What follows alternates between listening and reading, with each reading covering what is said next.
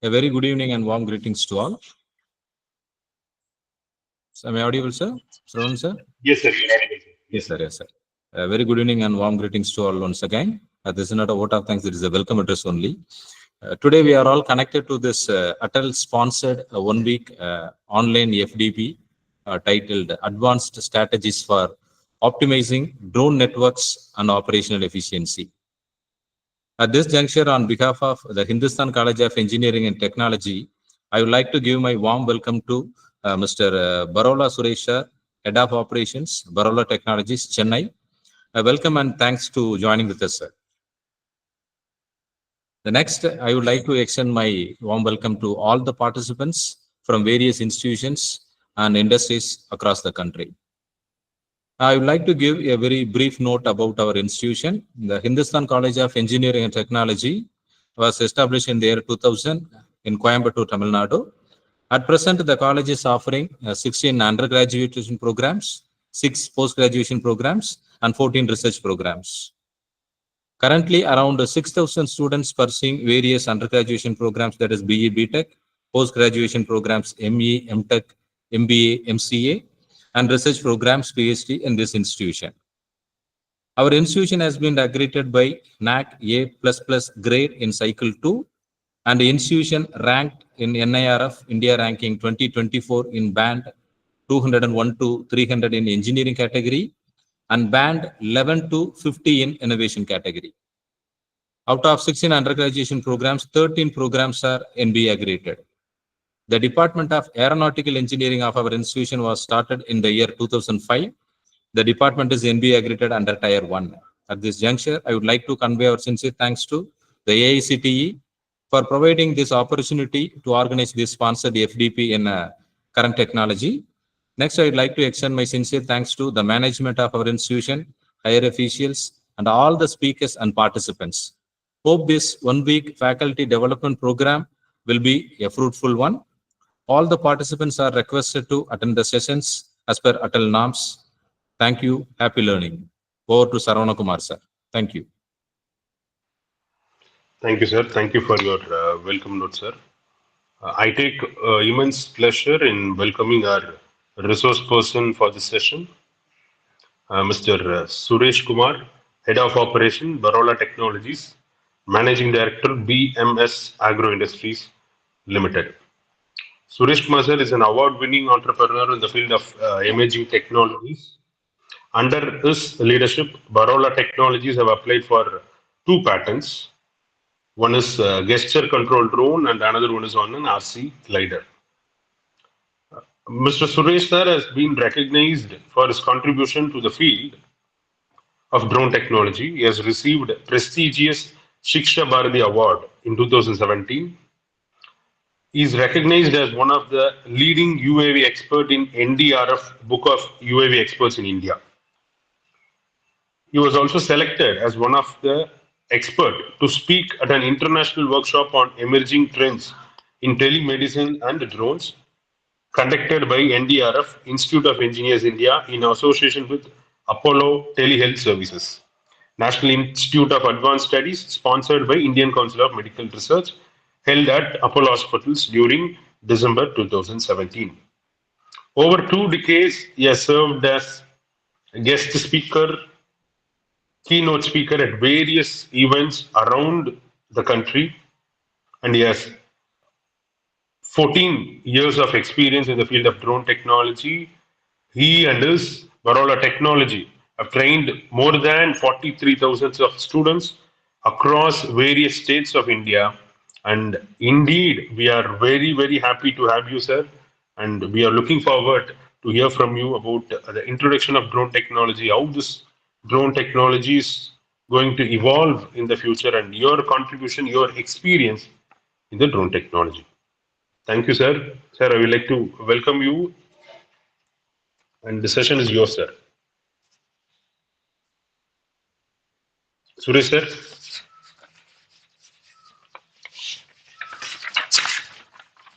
Yeah. Thank you, Dr. Gopinath, Head of Department Aeronautical. Thank you, Mr. Saravanan, for having me today Thank you. for this wonderful session. Am I audible, Mr. Saravanan? Yes, sir, you're audible, sir. Yes. Welcome, sir. Yes, sir. Okay. So we will get into the presentation straight away.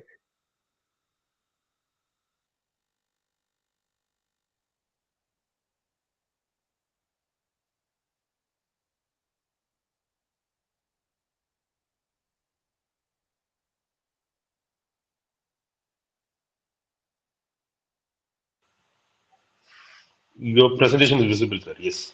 Okay. Give me a second. I'll share it now.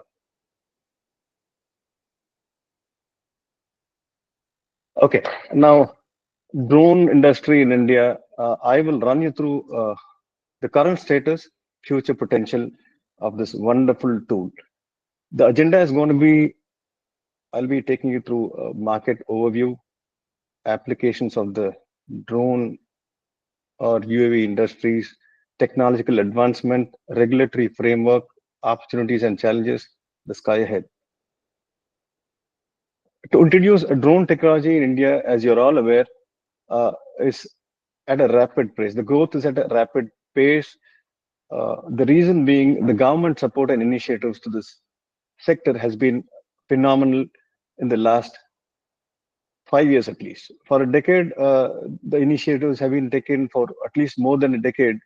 The initiatives have been taken, but then now it's been robust. The initiatives, the support systems are in place. The regulatory systems, regulatory framework has been fine-tuned to bring this technology in a functional mode. The presentation will provide you an overview of the current state, as I said. Now, I will run you through the key market insights, the sectors where this tool is going to be deployed. Agriculture, as you're all aware, agriculture is a big potential area where the deployment is happening as we speak. Currently, multiple companies in this country are using this space. It's a huge space, agriculture. A lot of potential in this area to grow.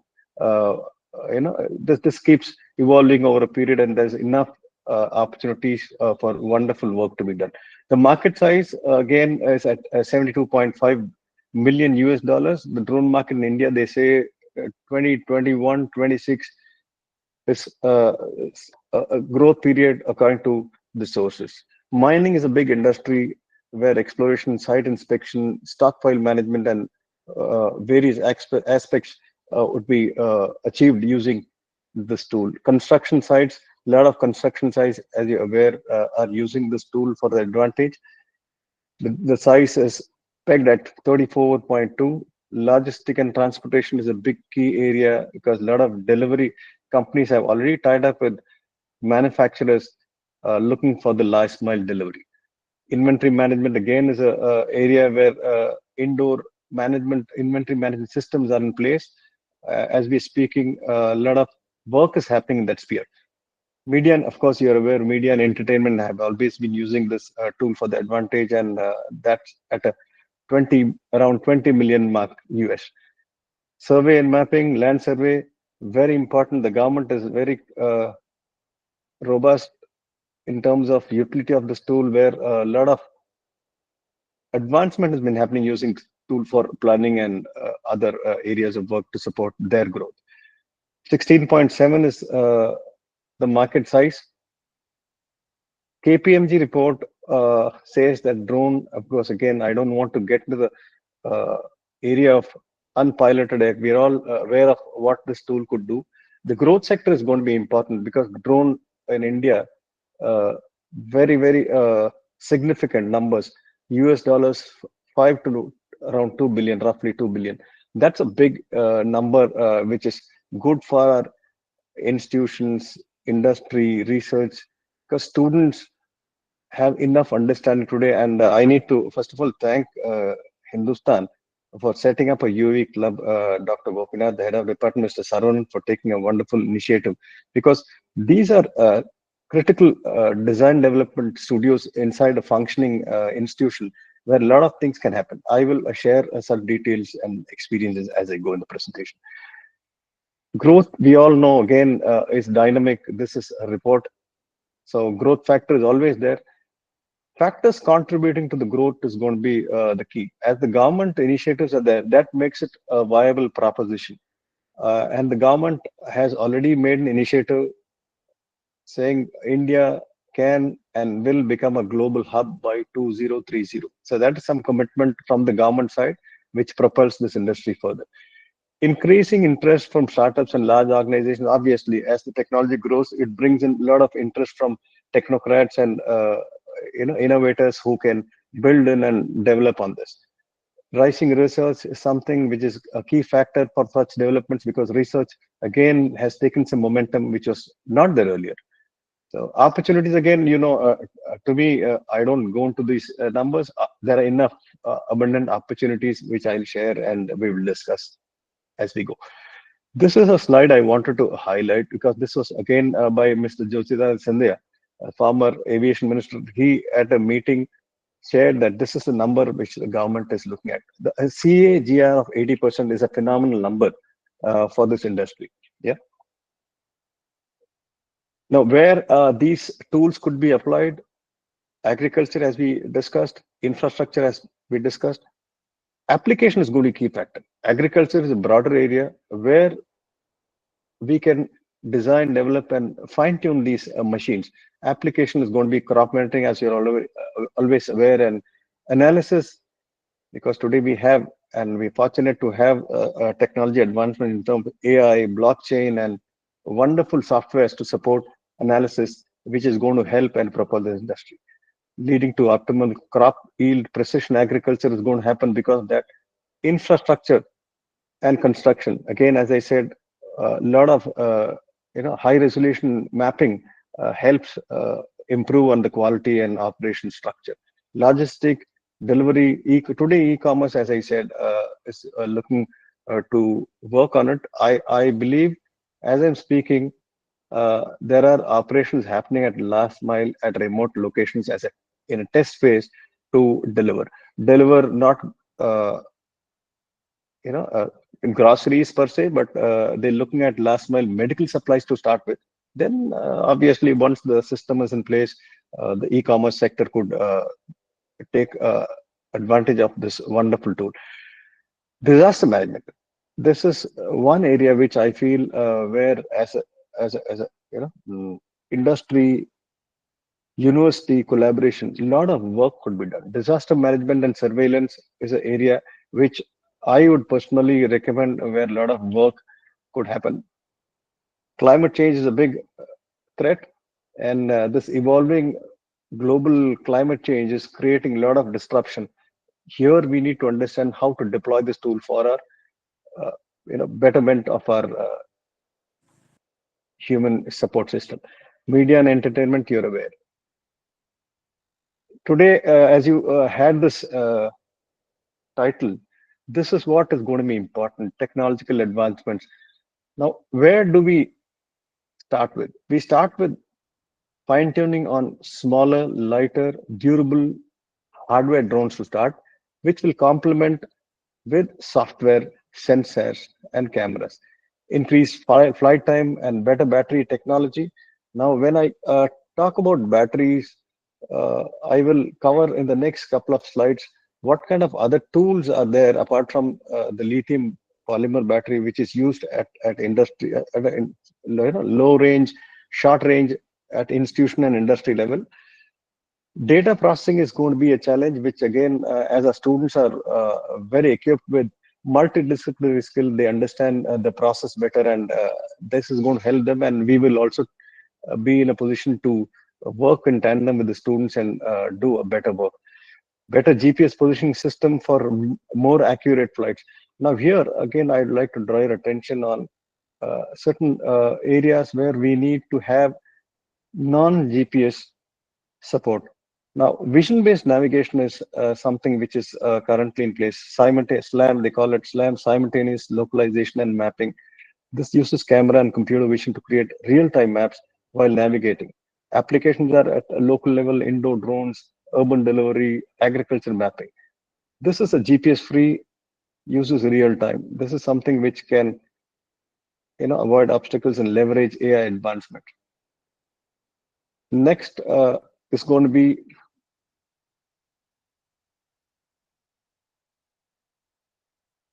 a LiDAR based navigation system. Uh, This is for the benefit of better understanding. LiDAR is light detection and ranging. Of course, you're all aware of this. I don't want to elaborate, but this is for the benefit of a better understanding. This uses laser pulse to measure distances. Application again, as you're aware, surveying is a challenge. Forest monitoring again, that's a big area. So when I talk about applications, applications are we have opportunities all around us.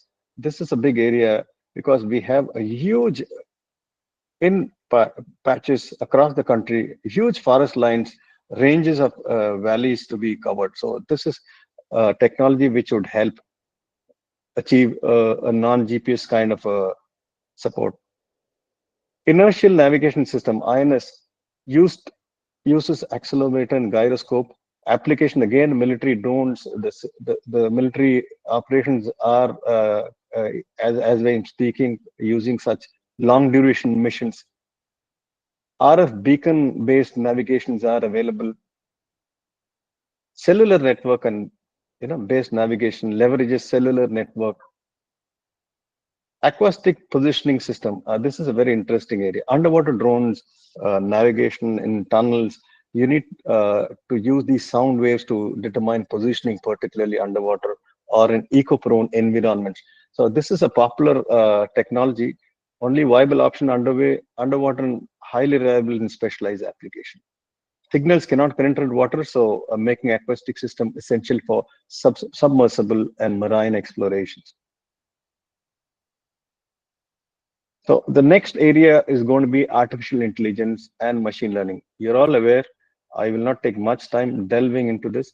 Autonomous flight capability using, because today we have these robust systems which have this fast capacity to process data and give you outputs. So these tools help the advanced operation capabilities and make it more efficient. That's going to be the challenge, making it efficient, robust, and safer.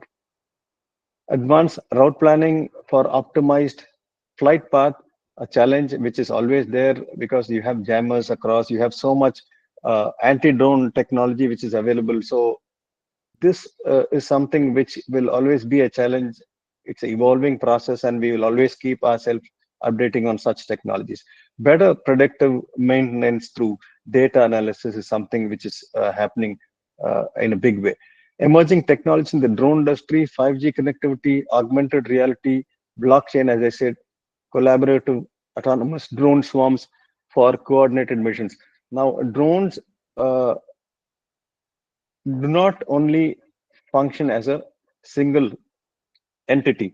Today, we have a primary drone, a secondary drone, and a multiple utility swarm capacity, which can, do robust operations in tandem.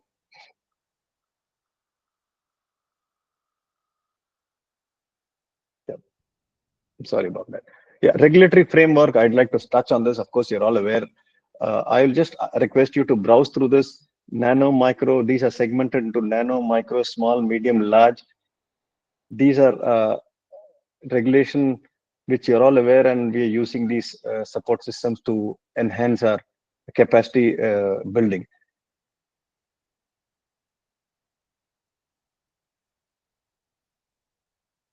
Yeah, I'll go to the next slide. Opportunities, possibilities are, as I said, abundant. Agriculture is an area where a lot of revolutionizing concepts and ideas can be put into place. A lot of challenges. I can go on and on. You're all aware. Yield management, yield prediction, irrigation management, is something on a regular basis a farmer has to be updated on. A lot of key critical data which unfortunately he is not aware of, and he does not get these data over a period. So this is some technology which can update him on multiple issues. Disaster, as I said, can provide real-time situational awareness during disaster and aid in rescue. So disaster management, as I said, it could be in two part: pre-disaster, pro-disaster. We will come to it as we say, because to me, this is a big area of support. Any area which needs where a human life could be saved, That's the best use utility of a tool rather than using it for other fancy operations. This to me provides that kind of an opportunity for India at least, and for institutions and students to work on. Enabling efficient delivery, of course, we've covered that. Enhancing infrastructure, drones can assist in surveying, boost energy utilities. Now, this boosting of energy utilities, again, as I said, these are big areas. Now, as I said, we are looking at lithium polymer batteries for support. Today, you have lithium ion batteries, NIMH batteries, durable ultra capacitors, deliver quick energy burst, limited storage, often paired with batteries. Solar panels, ideal for small lightweight UAVs in sunny conditions. Again, it is weather dependent. So there are certain things which has to plan on redundancies. When we talk about power system, we need to understand that it should be a fail-safe operation.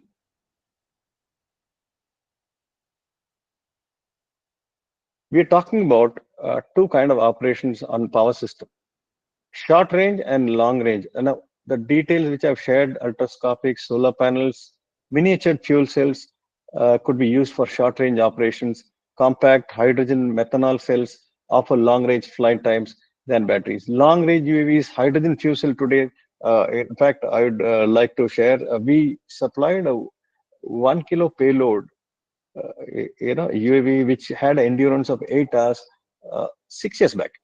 So today you have companies who working on it, and a payload is going to be important, and endurance and the challenges have been addressed time to time, and we supplied to some agencies and it worked very well. So that was something fascinating when we started 6 years back. There's something new, and it worked phenomenally well. Again, hybrid systems combine batteries with combustion engines and efficiency. Today, gasoline, diesel is also used at certain sectors for power heavy US. But again, noise, when there is noise issue, when you don't have threat and issues to be monitored for noise, these systems as a cost effective methodology can be used. Jet engines, high speed military grade UVs with extreme power. In fact, it'd be very interesting for some of you at least to know that nuclear power, extreme endurance for military, these are all at experimental stages. I covered a short range, long range. Now at the experiment level, nuclear power has been discussed at military operations. Emerging power sources: aluminum, zinc, air batteries, ultra high energy density, single use, long endurance missions. Thermal energy recoveries converts engine heat to electricity, improves hybrid system efficiency. In fact, very interesting to me was this one: wireless power transmission, experimental microwave laser energy for continuous drone operation. This is something fascinating. I mean, when it happens in real time, I think it will be something which is be fascinating to all. So power source is going to be a major challenge uh, for this industry.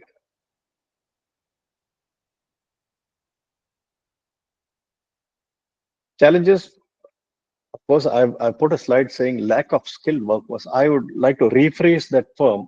There is never a lack of anything. The lack is a loosely coined word. I've used it, I think, probably I let rephrase.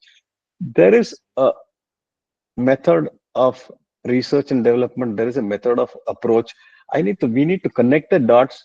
Skill is all round. We all are aware there is enough skill, abundant skill. We are second to none. That is something which I'm convinced after 1.5 decades of traveling. Enough skills around. We need to connect the dots and see where these expertise in terms of ideation, design development, and finally designing a functional model could be achieved. Limited use cases, this is a hindrance. The use case is something which has to be done. For that, R&D is a big area which could help this use case. R&D, unless and otherwise, we have an R&D system, and I know Hindustan has a UAV club. I think a lot of R&D activities are happening, and I'm very happy that these steps have been taken to positive. It takes time. It's easier said than done. It takes time. It takes time to convince certain groups of students to say you invest your time and this will work in terms of growth, in terms of their R&D, in terms of their career, in terms of achieving patents as well. High cost, of course, cost will always be a challenge which has to be addressed because as we grow and grow on any technology, there are a lot of dynamics which makes cost a challenge. And of course, as we grow, I think that is not a big thing. On mass production, that could be achieved. Limited connectivity, yes, this is something which we will have to wait. These are challenges which will hold for a certain time, but then over a period, I think we can sort out. Security concerns is a big area. Security concern is a big area to work. Students are fascinated by this drone industry. They talk about other sectors, but if you could also focus on security concerns, design developing these anti-drones, jammers, and security support system for these drones at a local level to start with, I think it's a phenomenal area to work. It's a huge possibility which could spring a lot of surprises as you work with the young minds and the mentors are there. I know you're aware of certain intelligent minds who are interested in security because today I would not call engineering as a mechanical department, aeronautical, because everybody has to contribute, and some of the computer science guys using these codings and other security support systems could also, of course, you must be doing it. But this is what I would suggest as an interdisciplinary. We could use some expertise from other departments to enhance these capabilities. Again, we've addressed R&D. It's not an issue. It's an evolving process. I understand it takes time. So we will get there one day. Research, again, addressed, but I wanted to put it in a slide so that it's addressed in a proper way.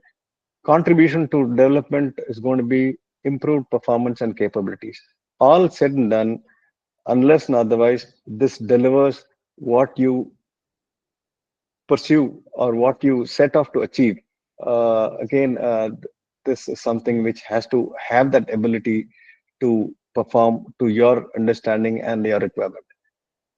Efficiency, yes, more efficient autonomous drones are going to be the challenge, enabling new applications. Today, we have autonomous capability at institutions level. We have different autonomous capability at a long range defense and military level. Civilian and defense sectors use multiple frequencies in other operations. This is a fine area to work as well to understand how to communicate and address certain issues in certain areas of work. Investigate the potential of last mile delivery and medical supplies. As I said, telemedicine is a huge area of operation because the government will support on areas which is going to be interesting and supporting human life. Socially viable concepts like telemedicine, agriculture, disaster management. These are the areas where the growth is going to happen. And this is something which I thought we could make use of, the funding available, the research opportunities available to address these possible support system for last mile. Study the impact of drones on agriculture. Of course, we've addressed that issue. Leading to improved yield leading. Conduct research on safety and security aspect. In fact, there'll be times where you would see that this has been addressed. But I wanted to understand and address finer points because safety concern is not a one layer; it's a multiple layer. So responsible secure drone operation is something because safety network is given by DGCA. There is a regulatory framework, but then that framework has to be installed to the end user or somebody who operates. So this is a challenge as well. So at an early stage, at universities and at other research organizations, if these could be translated well, because most of the time the challenges are in translation. They're lost in translation. There are fixed set of rules and security framework, but it has to be translated well, and that is something which has to be carefully dealt with, mitigating risk and building public trust. Collaborate, of course, with industry, academia partners to drive innovation and build.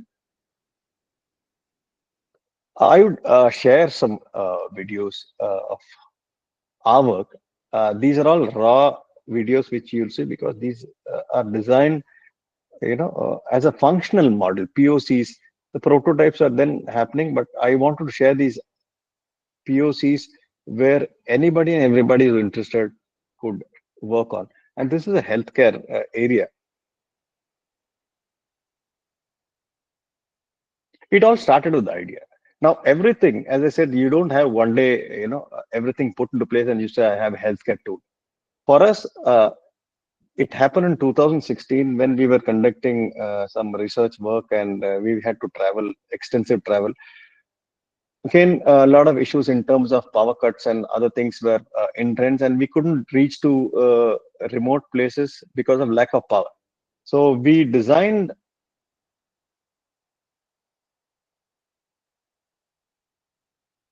a power toolbox. So I'd request you to please go through. It's a very short video.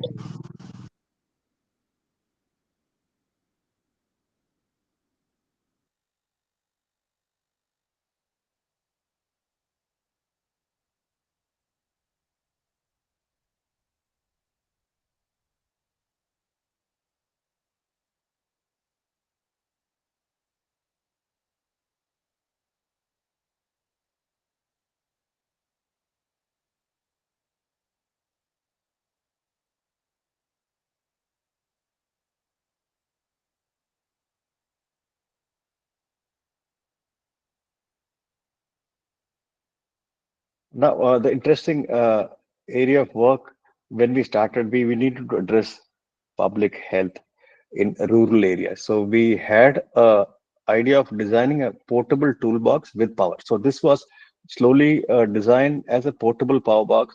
Then this big thing happened.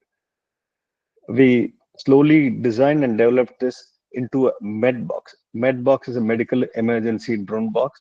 This was a product which was displayed at Apollo hospitals. I request you to kindly watch this.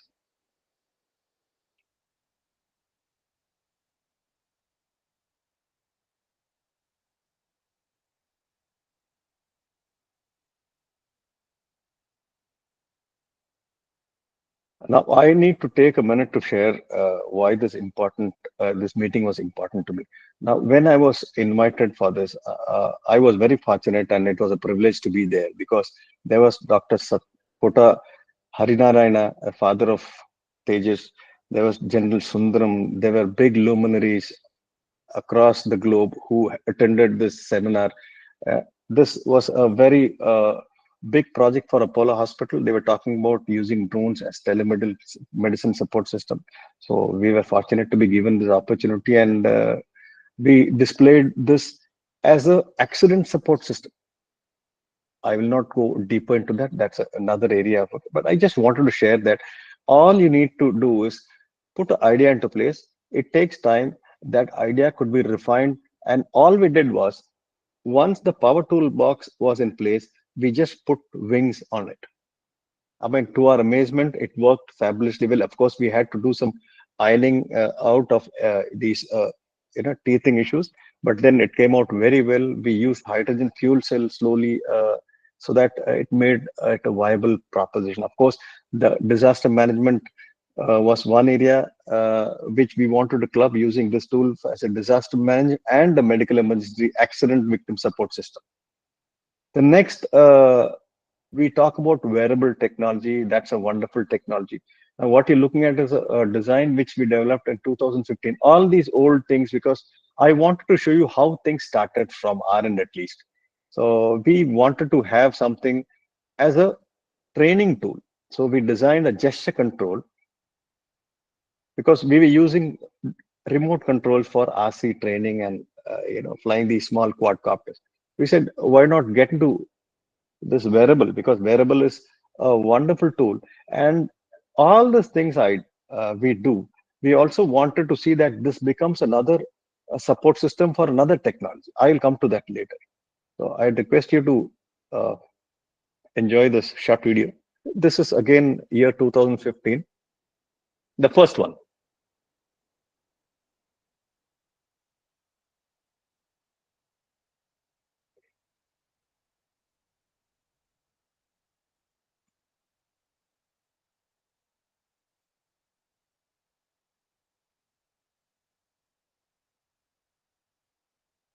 course, today a lot of work has happened, and we've got a robust system which looks better, which is equipped better, which transfers data better. So this is something I wanted to show because I wanted to share that from humble beginnings or from fundamental beginnings, it doesn't cost much, because cost will be always a challenge to address at institutions, because idea நல்லா இருக்கு, இதெல்லாம் பண்ணலாம், cost viable இருக்குமா sir அப்படின்ற கேள்வி வரும். So we want to address it, and we made it a very viable kind of a possibility for youngsters to learn.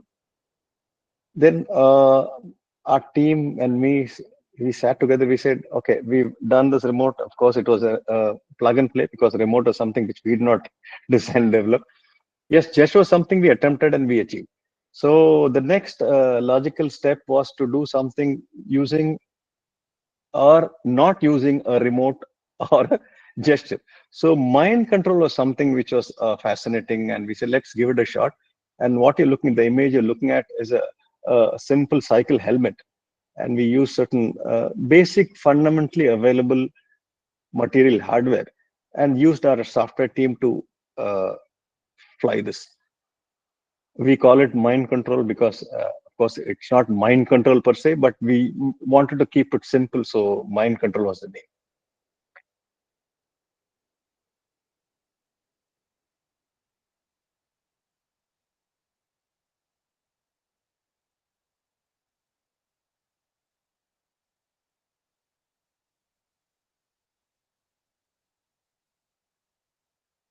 You see the yaw moment.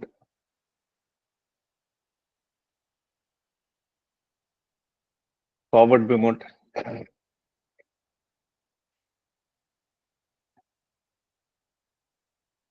Now, once this happened, then they said, let's do a swarm. That was the next challenge which we wanted to see if we were ready for and up for the challenge. And fortunately, my team did a wonderful job in, I think, just a second, I'm sorry. Something went wrong. Just a second, I'll fix it.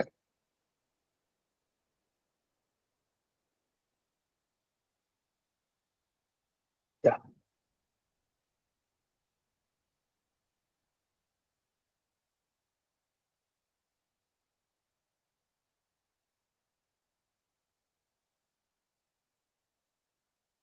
Okay, I will try doing it.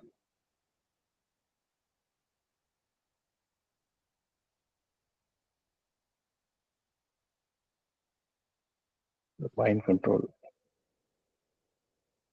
Okay, fine. I'll go to the next slide. I'll maybe fix it up and come back to you.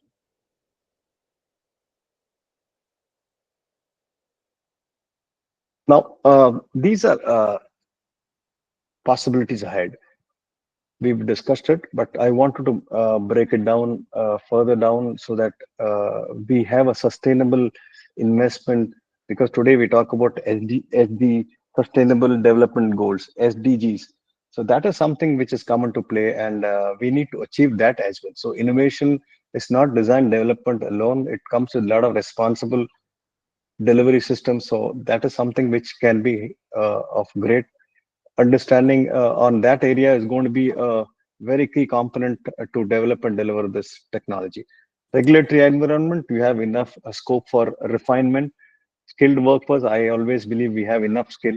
The only thing is we need to connect dots and be fearless in experimenting. I know it's a very serious area, because there is always something in the back of my saying that, will this be viable? Will people accept it? Will this happen? Will I'd request at least of course you would have done a wonderful job in training. You've done a great job, but I would always suggest that anything and everything, unless you try, you go to the field and experiment, it does not look as impressive on the paper. But then over a period, you have data to talk about. You have a roadmap which could be shared to the next generation, saying that these are some challenges and we addressed it, and you fine tune on this.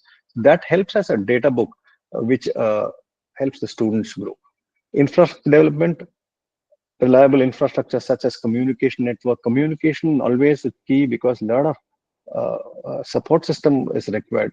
Landing pads to operate, That is something which has to be addressed as well. I will in the next slide show you certain areas where a lot of support system apart from this flying and other activities.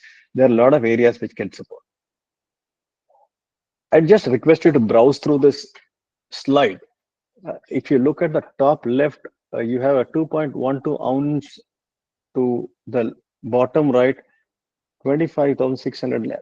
I mean, look at the kind of size and shape these machines come with. I'm always fascinated with the kind of design development which we've achieved over a period.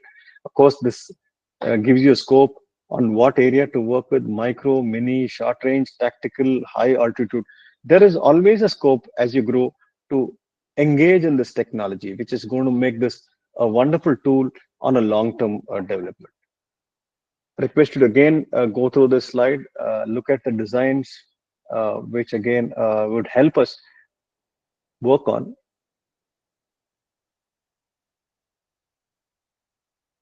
Quickly, I'll go to the next one. VTOLs are very important today. This is something we need to achieve at a R&D level with multiple VTOLs in play. So this is something which would fascinate and interest youngsters to work on. This is an interesting area where not much work or thought has been put in. Maritime launch and recovery systems is something which people are looking at. In fact, some seniors were discussing some time back that we need some students to engage, youngsters or research students to engage in this area of launch and recovery, because you need to protect your asset. These are huge investments, and one is protecting your asset. Second is making it efficient and not losing the sight on your operation responsibilities. So launch and recovery is going to be a big area, and as we've speaking, a lot of work scope is there to work on. This is I just wanted to put a slide for a benefit. Of course, you must be aware. Again, when I do it, I know I'm talking to a set of well-equipped uh, research and capable mentors. But this is a slide for for better understanding in case somebody missed it. Reconnaissance, surveillance, and these are some critical areas of operations in a military domain. As I said, swarm, we working on micro swarm. We have 1 gram systems which are robust, which are connected. This is a image just for your reference. This again is a system of systems. Drone is not an independent system. It's a system of systems where multiple relays and communications happen. This again is a micro UAV. It looks just want to share the kind of payload or weight category which it comes with. UAV is a system, and as I said, it's a system of systems. Just for a slide, a cockpit, how it looks, transportable ground stations, and functional system supports. Another slide which gives you a better perspective. For all this to happen, we've discussed at least in a fair amount of the support system and the tool and advancements. But for all this to happen, we need to have a system to start with. So we recommend this. RC is, of course, the primary model, as it is easy, cost effective, and viable and secure. So next becomes the unconventional configuration of fixed rotary wings, then launch and recovery systems, as I said, which could be achieved slowly, communication, flight navigation, payload management and integration. So this, to us, over a period, we've understood that this is a small method from at least our side to share that this has worked well when we worked with some agencies. So these are some ideas which we wanted to share, that this is one method. Now, I would like to close. I've reached 6:50, so I was given 1 hour time, and I'm at 6:50. I would request you to. I'll be happy to take some questions if you have any. Yes, sir. Yes, sir. Participants, if you have any queries, you can ask with our resource person, so that sir is always ready to answer your questions. Sure. Participants, if you have any question, you can unmute and you can ask the question Mr. directly. Saran, So that I don't want to make it a question answer session. I thought it could be interactive. In fact, any ideas could be shared. I'll take another 5 minutes, 10 minutes, maybe at the max, where yes, I would understand and see where we could try to do something in terms of application, because these are applications which, according to us, are important. But if there's something which I thought, and anything where there was a uh, query, I thought I would address. Yeah, yes, sir. Good evening, sir. yeah. Good evening. This is Vijayalakshmi from Hindustan EC department. Yes, ma'am. Sir, actually, we are our institution under curriculum, present curriculum, we are offering minor courses to other departments students. Okay. In that case, will it be possible to have a drone technology together with the communication to have a project in surveillance as well as this Air Force area, wherein the students can develop the projects and present? Is that possible, sir, from other departments Why side? why not? See, as I said, it's an interdisciplinary tool today. We need to collaborate together, because we need students and scholars from different areas to give inputs and design this tool. That's how it's been built over a period. And other department, when I say other department, every department could pitch in and share their values, and slowly we could have a roadmap, have a kind of a POC done, first initiate a design, then go to the proof of concept area, and who knows, one day we have a functional model from Hindustan. Why not? Nice, sir. Nice, sir. Nice to have a pathway to take other branch students also into this communication model. Thank you, Yeah, sir. wonderful. Thank you so much, ma'am.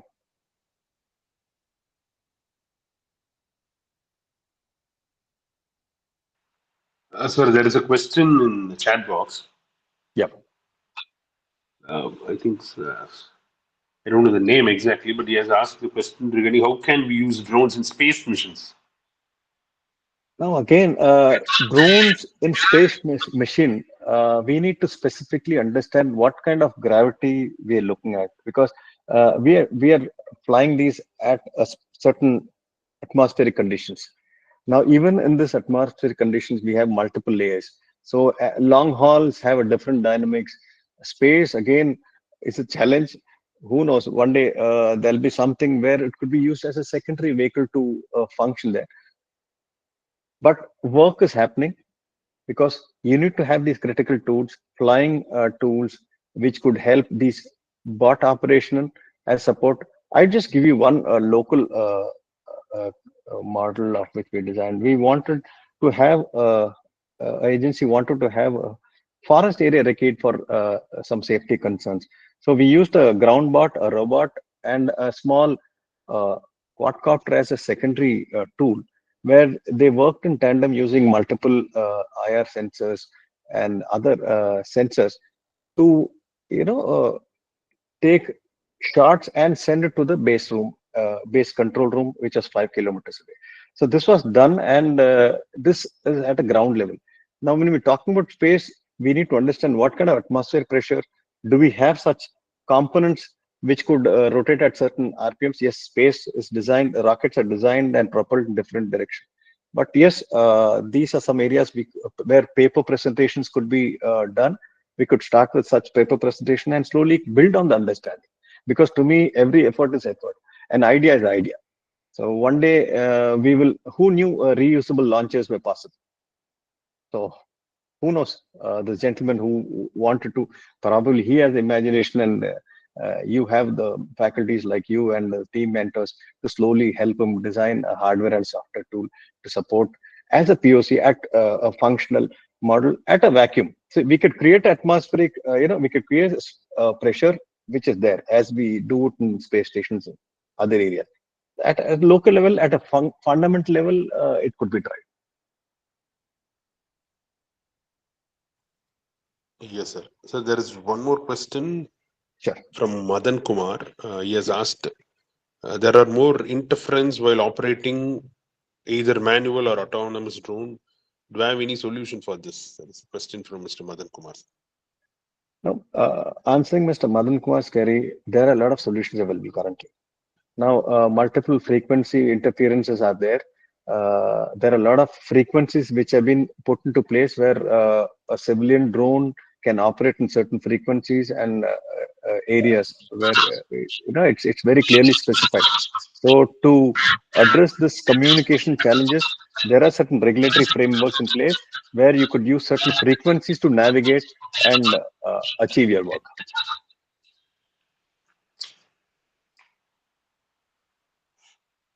So there is one more question from Dr. S.S. Mohan Reddy. How can Yeah. drones be effectively integrated into achieving specific goals? There is SDGs. Any research ideas in connecting to this topic? Connection to this topic. Now, as I said, SDGs are a big area of discussion where self-sustaining goals and development is something which is always there. So these areas will evolve slowly, and the drone per se uh, would be a regulatory kind of a functioning system, which has to be understood where we need to deploy it and how this could be complemented with the SDG which we're talking about. So first we need to understand where this deployment could happen, what kind of operation this is going to be placed in. So if there is some information on these areas, yes, I think we could address this area better. So yes, this could be SDG could come into play when we're looking at these operations. It's possible. Why not?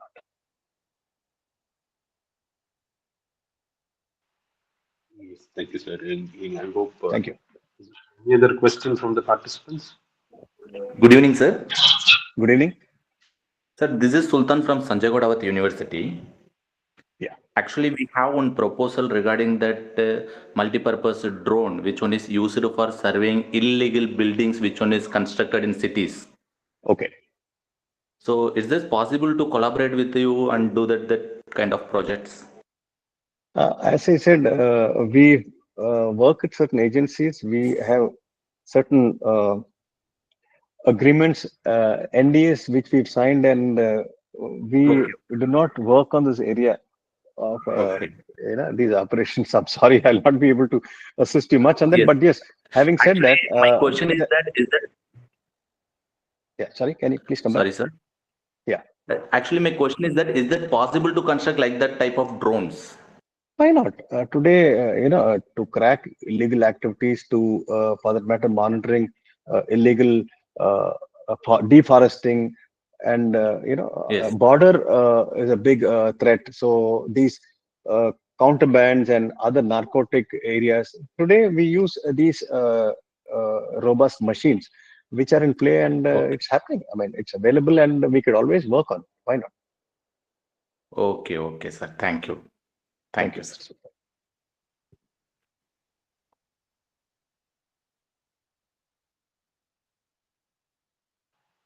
Mr. There is one more question in the chat box from Turumala Kumari, and he is if I want to use drones in low temperature area like -6 degrees, what kind of a material I have to use to make a drone? Yeah. Now again, sub-zero temperatures call for materials which again have to be tuned to the requirement. Now, when you talk about sub-zero, again, sub-zero comes with a lot of factors. It could be sub-zero in a terrain which is clear.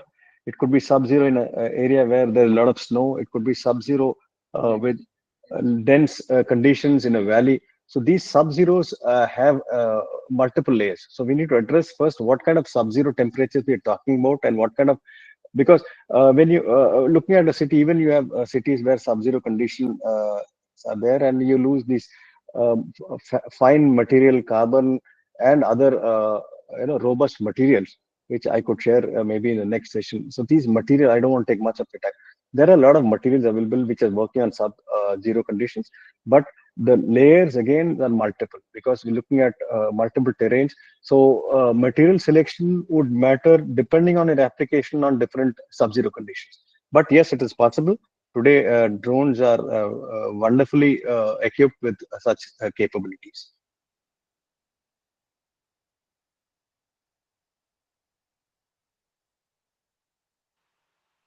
Yes, sir. Thank you, sir. Uh, those are the questions. Participants, I'll SAR is available in LinkedIn, and Barola Technology is also available in LinkedIn. You can search their contact number and mail ID, which is available in their website, Barola Technology's website. If you want contact, you can also message me so that I like to share his LinkedIn ID and Barola Technology website. So, sir, finally, I just want to ask one question before we Sure. wind up the session, sir. Sir, there is a process involved that if we develop a drone, an innovative drone, and if we want to sell in our country, there is a type certification process involved Correct. for civil application.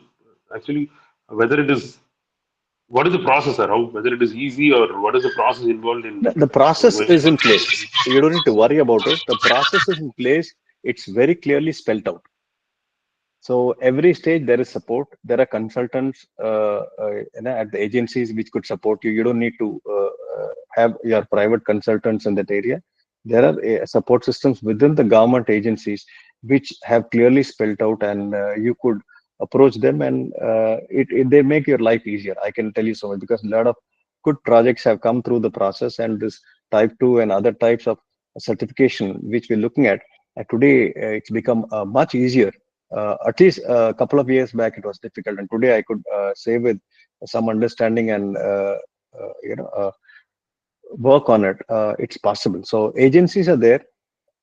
You could make use of them, and DGCA they have a support system. You could check with them as well. So it's a process which is easily achievable. Fine, sir. So there is one more question from Miss Banu, and ma'am is asking what advancements in AI and machine learning have made autonomous drone more effective? Data data process has made the machine robust because the kind of processing which is happening at level is mind-boggling, because we need these machines to understand the communication, relay of communication, and deployment is a key on a flying vehicle. So AI and ML has made it much more easier. The lives of these drones, which were at times struggling to communicate and complete operational, have become much energized in terms of technological advancements, and AI and ML has given them that kind of a boost or energy, if you want to call it so, to function in a fantastic manner where data processing and live image processing, communication relay system is easily achievable today. Yes, sir. Thank you, sir. Thank you. Thank you, sir. Thank you for your valuable time, sir. It's been great. I Thank you, still sir. remember in 2018, I was there and you demonstrated this mind controlled and gesture controlled drone to me. I Correct. still remember. I hope, sir. And there is one more point, sir. And from Yeah. Hindustan, we are working on a project called Solar Powered UAV. We are developing a Okay. solar UAV. That's So great. probably, Congratulations to you and your team. thank you, sir. Thank you. So we'll be contacting you for some kind of a support, especially with that battery management system and on those things. We want your support, sir. Sure. Sure, sir. Okay. Thank Right. you, sir. Thank you. And I'd thank you, thank the management, thank the department head, and you for giving me this opportunity. And today's participants, you've been a wonderful audience, and thank you for being patient. And it was wonderful to share some perspective. Thank you, and wish you all the best. Thank you, sir. Thank you so much, sir. Thank you. Thank you, sir.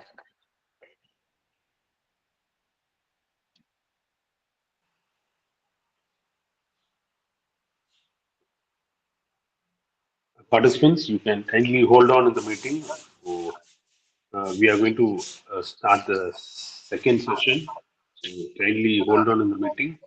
We are recording this meeting. All the sessions which are recorded will be uploaded in our department YouTube channel, so that if you want to share with your students, or if you want any further clarification, or you can watch the video in our department YouTube channel. Those information will come to you through our WhatsApp group.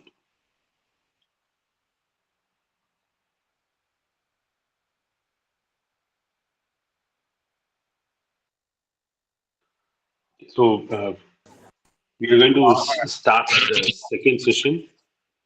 So on behalf of Department of Aeronautical Engineering, English College of Engineering and Technology, I would like to welcome our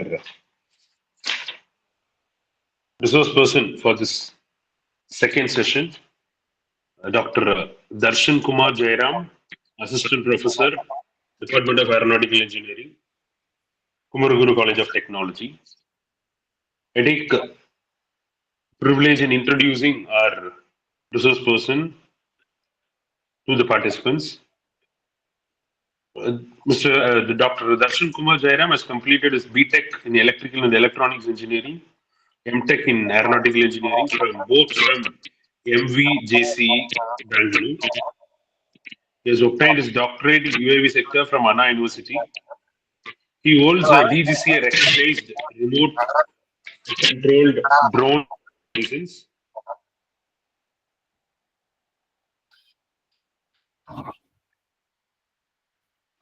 Is serving as a mentor for various startups in Bangalore and Coimbatore. He has 15 plus years of experience in teaching, career counseling, research, and in unmanned aerial vehicle industries. Currently, he is working on funded projects which include delivery drones and hybrid vehicles. He is also a team member of Bosch UAV testing for collision avoidance system. He is having a flying experience of unmanned aerial vehicle for more than 200 hours in and around South India. He has guided and helped more than 100 students to secure jobs in MNCs related to drones and other in terms of aeronautical engineering. He has published various papers and hold patents in the, reputed international and national journals. So, with this, I would like to welcome our resource person for the second session, Dr. Darshan Kumar Jairam sir, to give your insights on this technology, emerging technology. Sir, Darshan sir, whether you are available, sir.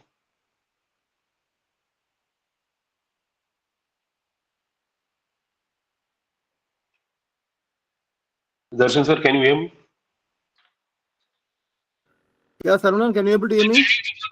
Yes, sir. Loud and clear, sir. You can start, sir. Okay, thank you. So thank you, Sarvanan, for the nice introduction, and thank you, Barola, for setting up the contest for my session. So I'm Dr. Darshan, lead faculty from Aero Modeling Club and UAV Research Center from Kumaraguru. So today I'm talking about drone design and architecture. So in my content today, I'll talk about drone and its classifications, the components required to frame a drone, and drone autonomy, working principles, and I've just selected few news and Indian scenario on drones, and how the pilot and what are the reference. I'll give a case study at the end of my presentation. So drone, I think it's a common term. It's a common term for the unmanned aerial vehicle, unmanned ground vehicle, as well as unmanned the underwater vehicles.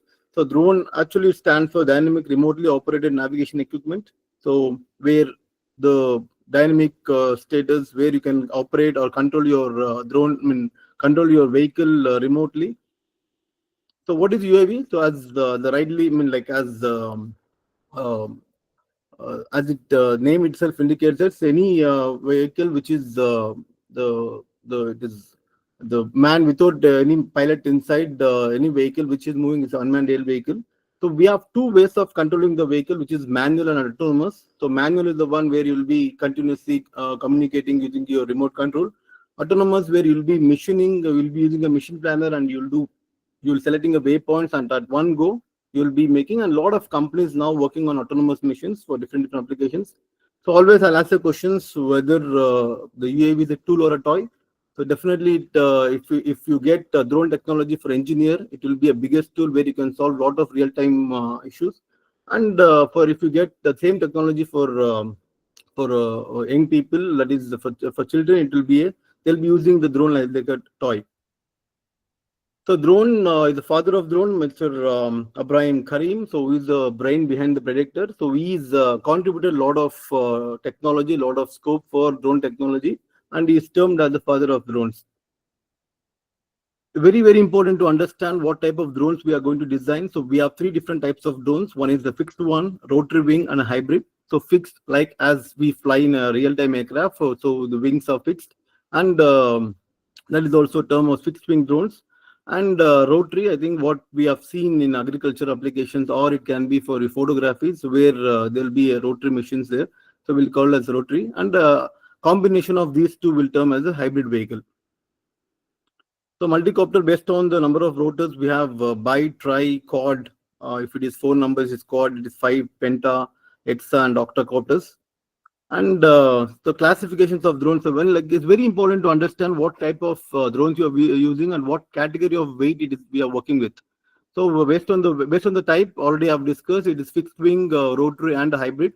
So based on weight, we have nano, micro, small, medium, and large. So nano comes under 250 grams. Anything in the range of 250 grams to 2 kg is micro, and 2 kgs to 25 small, and 25 to 150 is medium and large. And when we are planning to design an aircraft, what category of drones based on the weight we are designing is very important. Why it is important?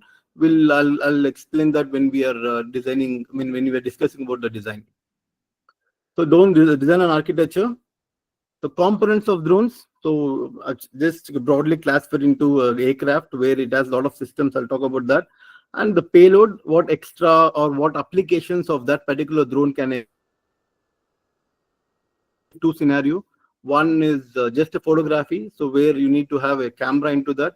So for example, same photography, I want a live transmissions happening in a aircraft, so I need to add some telemetry into that. I want whatever the applications I want, based on that my payloads will be changing. And the ground stations where from the ground where the people will be controlling your flight mission. So drone system, so based on the aircraft, it has been classified into different systems. So aerodynamics is one, propulsion system where you can use motor or engine, and a propeller control systems where the complete control of the aircraft is going to happen by using different types of flight controllers, sensors, and electronic speed controller, and the communication system, power systems, and a navigation system. This is what it's all about. So anyone who actually wanted to do or design a drone, so these are the minimum requirements or a common components required for drone. So you can see here there is a transmitter. So transmitter is the one which transmit a signal. As you transmit, the receiver is the one which receives a signal, and your flight controller. Flight controller is the brain of the entire drone. So where once it receives exactly what the transmitter, that means exactly what we operate, the transmitter will be transmitting the signal to the receiver. That is in turn will be communicated to flight control board. So flight control board, of course, most of the commercially available will be the battery operated, where battery is one of the power source, the only power source. So where with the power source we have a power distribution board, so mainly to distribute the power properly, and through that the power distribution board, the power the power will be distributed to run the motor through ESC. Okay, this is what so this is the minimum requirement if I just want to make any vehicle fly. So these are the minimum components required for making your aircraft fly. So based on that, say for example, if I want to add surveillance there, I need to add some camera. If I want to add agricultural there, I need to add some sprayers. Completely a different architecture I'll be going with. So, and if I want to add night vision camera, night vision type of applications, then I'll be using a lot of other electronic components into that. So with that, whatever the applications, your payloads will be keep on changing, and based on that, your designs also will be changing. So these are the minimum components required. This is what the complete the assembly of your drones looks like. So let's understand one by one very briefly. And we have propeller. So propellers, again, we have clockwise and counterclockwise, alternatively, it will be set. And we have ESC. ESC plays very important role, and ESC is the one where selection of components plays very important role. So based on my thrust, my length of my propeller varies. So based on based on my maximum current capacity of a motor, my ESC will be selected, and most of the applications will be using a brushless motor. So where it has a lot of advantages compared to the brushed one. So we have again, based on the thrust required, we'll be using a brush motor. And flight control boards. So, say for example, one application is I'll be using for racing drone. I want to design a drone for racing purpose. Then I'll be using one type of flight control board where I want to have a very, very good response time. And say for example, I'll be using agricultural spraying. Everybody would have seen that agricultural spraying. Then I'll be using for different flight control. So based on my applications, my flight control board, what I decide will be different. And very important to understand what configuration of drone we are going to design. Okay, so based on the multicopters, we have different types. We have plus configuration, X configuration, H configuration, and exocopter, octocopter, and X8, Y8. So why it is very important, I think those who have already worked on that will understand. Once you have assembled everything, once you want to integrate or calibrate or binding between transmitter and receiver, giving the numbering system of your motor plays very important role. Then only you can have a complete control of your aircraft. So if I go with, say for example, if I go with the plus configuration, and by chance if I selected the X configuration, your orientation of your motors will change automatically. It will not be in your complete control. So it's very important to understand what kind of configurations you are designing. Or if you're coming with your own designs, then there is a way of making that calibrated in your mission planner. And battery, I think, is one of the major important, because there is a lot of research happening in the battery management system. So where this is the only power source, so which is again contributing a fair amount of percentage of your weight as well. And very important to understand what kind of capacity you're going to use. And C rating is the discharging rating. So again, understanding what is the C rating and what cell of battery. It's a 2 cell, 3 cell, 4 cell battery, 6 cell, or 12 cell. So based on the requirement, your number of cells will be different. And landing gear. So you can see the landing gear here. So again, if I'm going with the lightweight drones, my landing gear will be different. If I'm going with heavy weight, where the entire weight will be on the landing gear, so my landing gear design itself will change. So should be very, very cautious understanding, because we have done a lot of design where the entire drone structure will be really good, but if it is a weak landing gear, every time we face it when we are taking off or during landing. So landing gear design plays very important role. And what type of camera, how you're going to fix the camera. So when you're designing your own structure, making all this adjusted to the frame is very, very important. And we have indicated lights, so mainly to understand what is the front and rear part, especially when you're flying during a night time. So inner electronics of drones, as I told, your flight controllers plays very, very important role. This is the brain of your aircraft. The complete capability of your drone plays a major role is your the flight controller. So it is the one which collects all the information from every sensors, and based on your movement, it gives all the informations, and it will give exactly the information to the motor what exactly it to do. So the entire maneuverable of your aircraft happening by controlling the speed of the motor. I'll explain that once in the working of the drones. So the flight controller, flight controller is the one which gets all the information from each and every sensors, and that will calculate based on the requirement. It will do whatever the operator wants to do. And yeah, and a lot of vehicles, a lot of drones now coming out with autonomous missions. So for that, inertial measurement unit, that is IMU unit, is very important, which is incorporated by accelerometer, gyroscope, and everything will be installed in a flight control board. And based on your requirement, you can operate your autonomous vehicle as well. And GPS, again, if you want to have the autonomous, GPS also plays very important role. And this is the transfer. These are the minimum components required for designing your aircraft. And camera, again, based on our requirements. So if I am just wanted to design a aircraft for just a surveillance purpose, then I can go for a 4K camera. If I want to have a thermal sensing cameras or a night vision camera, so I'll be going with, so you can see the camera here. And these are the spectral cameras mainly used for the agriculture applications.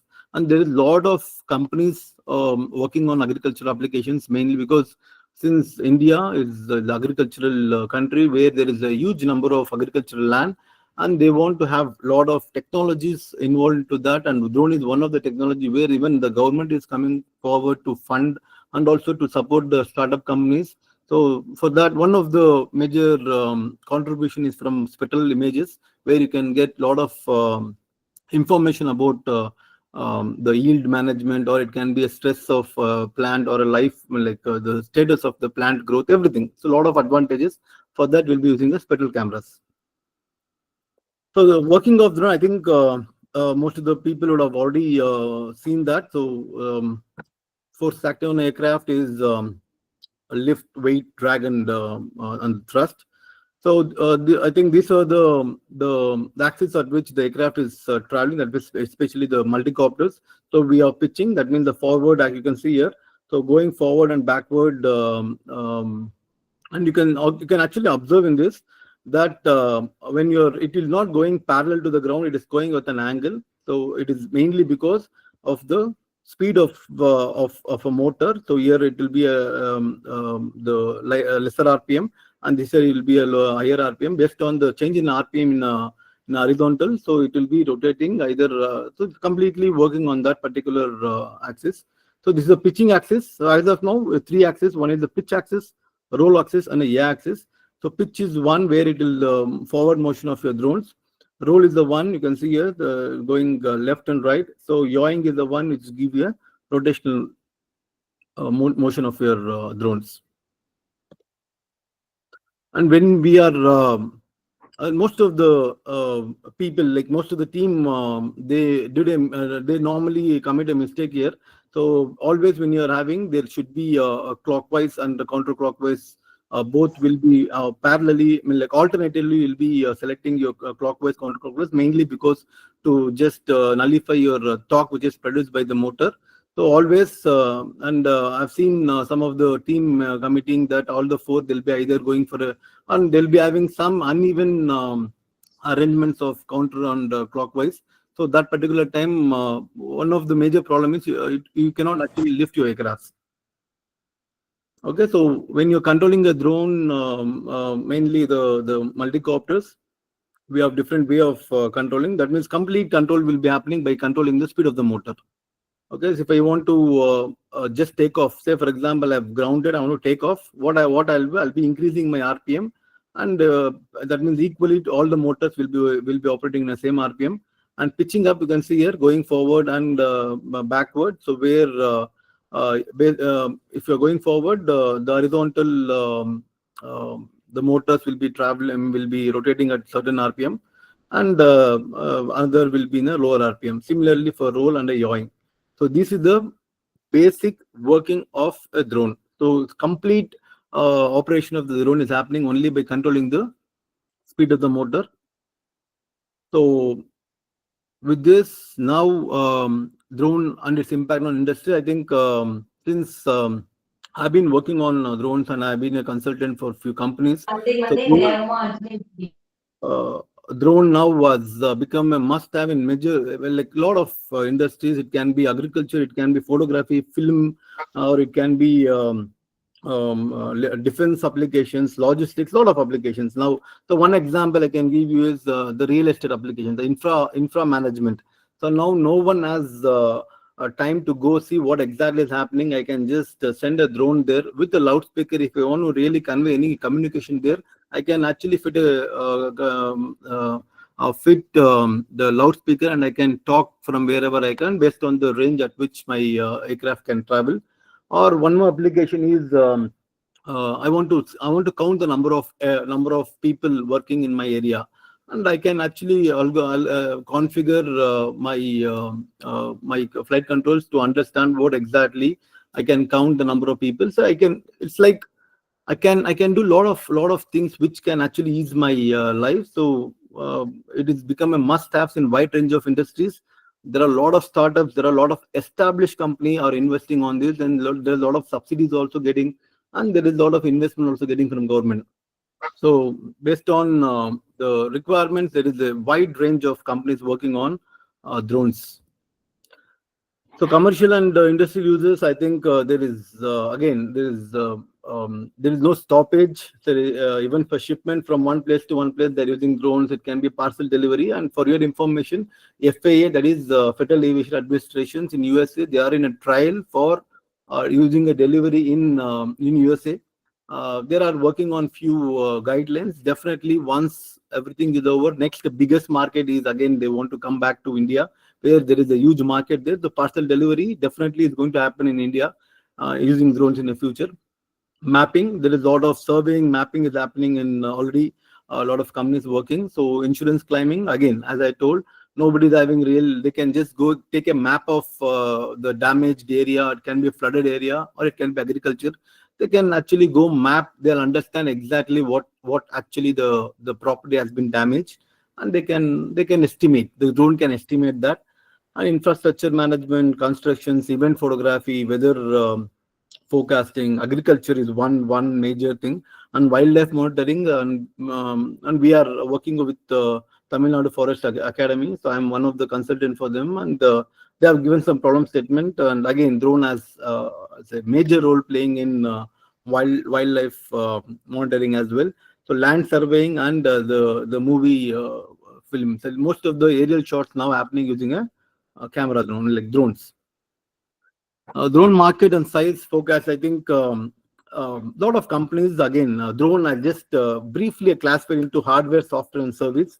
As of now, a few companies are working on hardware manufacturing, where because it's thanks to the government for initiating Make in India concepts, so where there are a lot of companies coming towards manufacturing its own hardwares for or components for the drones. And software, again, we are working out with the flight control board, where there is few companies working with their own flight control boards. Servicing is the one, as of now, major companies are concentrating with.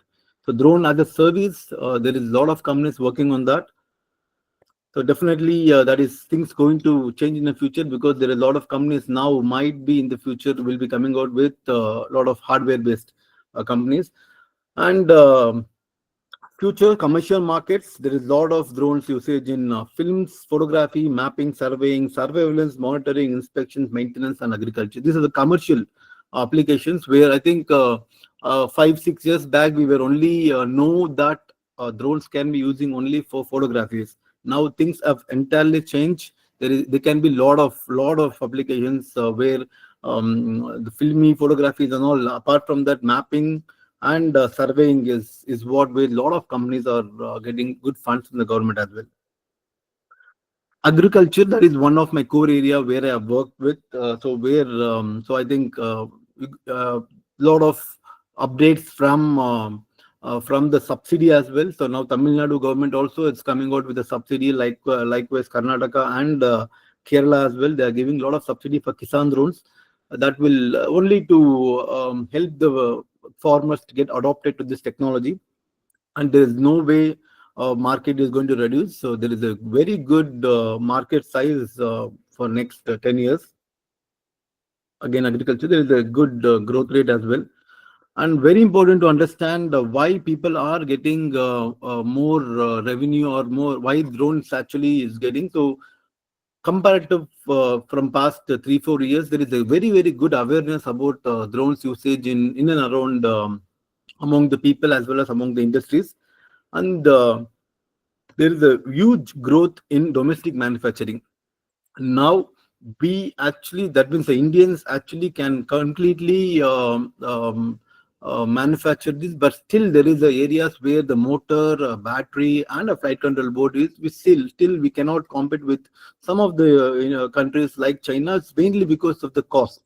So and people are working with that. Definitely things are, and we are also involved in some of the discussions.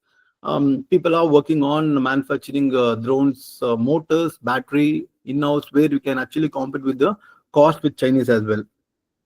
An emergence of digital sky platform. I'll not go in deep of that. Kindly just note down that digital sky platform. This is the platform where the complete information about the drone operation in India is going to have I mean, you'll be getting all the informations. So kindly Google digital sky platform. So where how many pilots are there? What are the schools of drones? And if you are buying a drone, how to register? If you are without registration, if you are using a drone, that is illegal.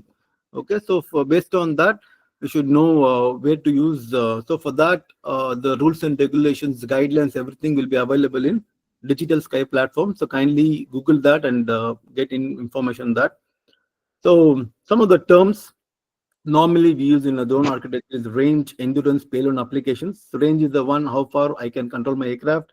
Endurance is the one what is my flight time. So once I charge my battery or engine completely filled with fuel, how long I can fly that.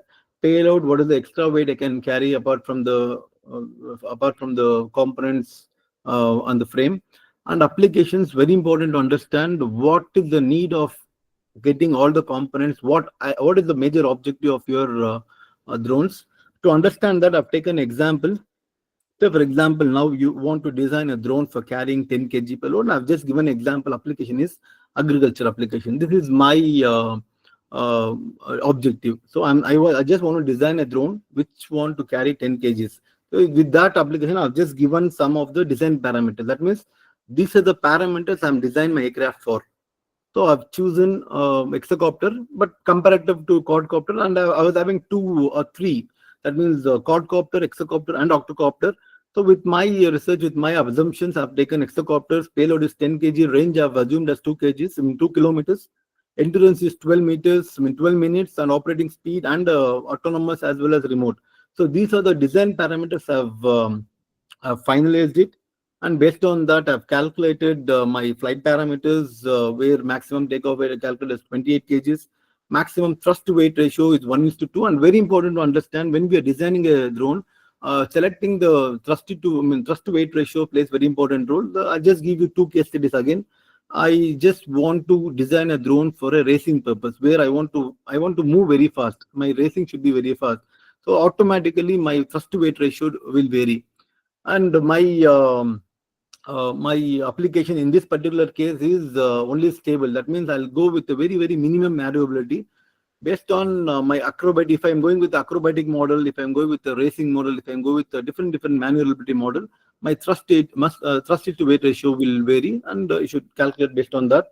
And the maximum operating altitude I've assumed as 20, but still my drone can able to operate up to 50 meters. So on my each and every components what you select, you should keep on giving calculations. Based on that only you can actually can able to design your aircraft, because specification plays very important role. Just to make you understand better, say for example, if I've chosen my motor capacity wrong, okay, and I've purchased everything, and I've fit everything on a drone. And if I start my vehicle, if my motor cannot able to produce a thrust what I required, my vehicle will not take off. Automatically, everything, all my calculations will went off. So design calculations plays very, very important role. And selecting each and every components, and the electronic speed controller. I have my experience. There is a lot of electronic speed controller was bursted when the aircraft is actually on the run. So if the electronic speed controller is not working, just imagine you cannot control the speed of the motor. So if you cannot able to control the speed of the motor, you cannot actually control the direction of your drones. So that is as simple as that. If I want, let's imagine vehicle is the takeoff and you cannot able to control the drone, means definitely you cannot land as well. So ESC plays again very important role. So ESC, what capacity of ESC or a specification of ESC depends on what is the maximum the current rating your motor is drawing. So based on that, your ESC you'll be selecting. And battery, again, how many cell battery, what is the MH, or what is the power density. So a lot of calculations there. And flight control board, K3 is one, K3 plus is one, and the Pixar cube as well. So these are the 3 control surfaces where we have operated the drones. So based on the availability, I've chosen this. And the propeller size. So end of the day, so I have my own design of hexacopters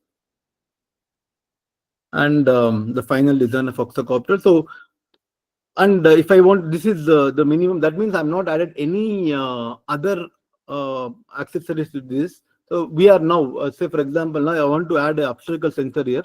I can add here. I can, if I want to add some camera here, I can add there. And if I want to add some terrain sensors, so whatever the extra appliances you want, you can actually add, and you have to configure that in your design, and based on that, and same thing. If I go with the next case, if I want to increase the case, immediately I'll be going with autonomous obstacle avoidance drones, which can carry 10 kgs. So automatically with the same design, I'll be adding one more sensor, which will be giving some information when there is an obstacle in a drone's way. So based on that, automatically you're and when you're designing that, and also you should give a provision for that particular sensor, where exactly you want to fit, how the wiring you're going to give that information to the flight control board. So that means the entire design is going to change. Okay. So again, when you're designing aircraft, make sure your design parameters is the one where you are finalizing, and your applications, that you should be very, very clear. Based on that, any other appliances you want to add, once everything is over, then only you can start your designing. And in case if you are changing anything in between, it is very difficult to fit. And normally don't increase the weight at which a maximum your motor can take place. Otherwise, complete all the architectural designs is going to change, and also the endurance is going to affect in a real time.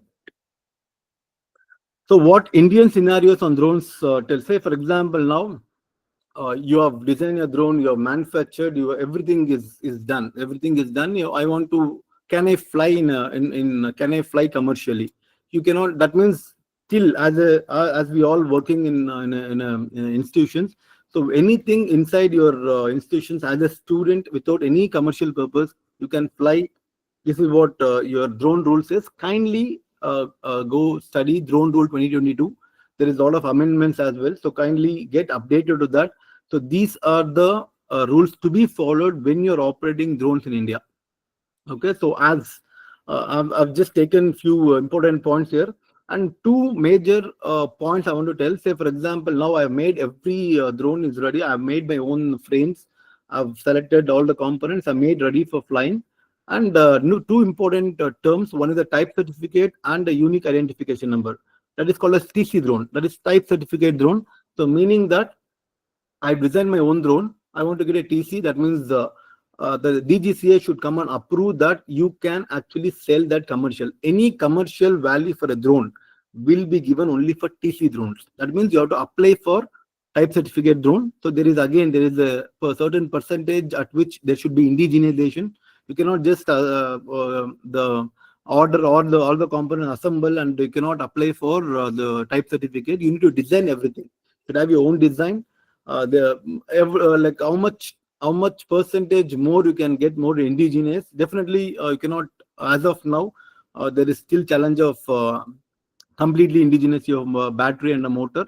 So still people are doing in a different way, but still there is a flight control board battery and the motor. Leaving that, there is remaining all the components you can have your own manufacturing, and only those components where there is a good indigenous values or percentage can apply for TC. So type certificate drone is a commercial drone which is approved by DGCA. Okay, DGCA is the one which is the organizations which will completely legalized or giving the guidelines for operating drones in India. And unique identification number. Again, one more example is, say I purchased my drone or from somewhere. I just want to fly it for commercial. For that, I should get my registration number. So that is called as UAN number, like your two-wheeler and a four-wheeler. So we have unique identification number in which can and you can actually go through the Digital Sky platform. All the registered drone will be having a UAN number. With that UAN number, say for example, now there is one drone which is without your permission is coming and taking a photograph, and you got caught. And if that particular person or a team, and if they tell it's a registered drone, you can go to Digital Sky platform and see whether that registered drone is there or not. So if it is not registered, you can have a legal complaint. If it is registered, then you can talk to them in a different way. So this is very important. So that means type certificate is one and a unique identification number. So when now I've designed all the drones, now can I operate that in your college? Yes. For that, no TC, no UA number, nothing. So anything operating in education institutions. So we don't need of any permissions or the TC and all. Like there are few instances where the research and development entities, any education institutions, any startup recognized by the Department of for Promotion and Industries, any authorized testing entity, and any unmanned aerial system manufacturer having a GST number. So those people, if they are flying and testing, for them, no need to worry about their the type certificate or UN number. And now the government have announced a lot of, again, kindly go through the amendments and any, say for example, one more case study is, so you are a frequent traveler. So wherever I want to go, I want to just design my own drone and I want to take a photograph of that. If you are flying for your own and where there is no people around and you're not supposed to fly when there is a people gathering, because that again question the privacy there. So where if you are no people around, if you want to take a aerial photograph for your personal things, for that is again it comes under non-commercial. Anything comes under up to 2 kgs for non-commercials. No need to worry about your type certificate or a license for flying. And DGCA now was that means I've come out with the notification of banning the import of foreign drones. So for that is the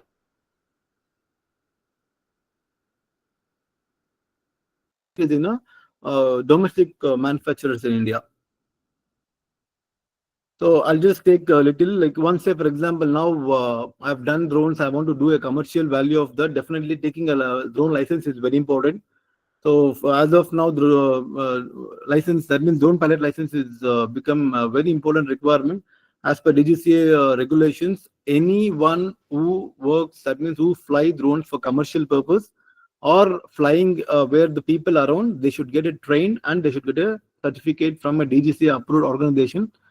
And based on that only you can fly that. So again, what category of drones you're going to fly. So based on your requirement, it can be nano, micro, small, medium, and large. As of now, there is no license is provided or there is no TCs given for large drone commercial applications.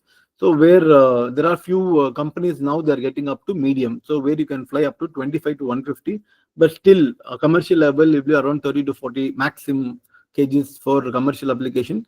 And if you're going for a nano drone, if you're designing a nano drone and if you're going with that, so no need to worry about anything. So because nano drone is meant for only indoor applications or a maximum of 15 meters, where no need to worry about your license or the registration and all.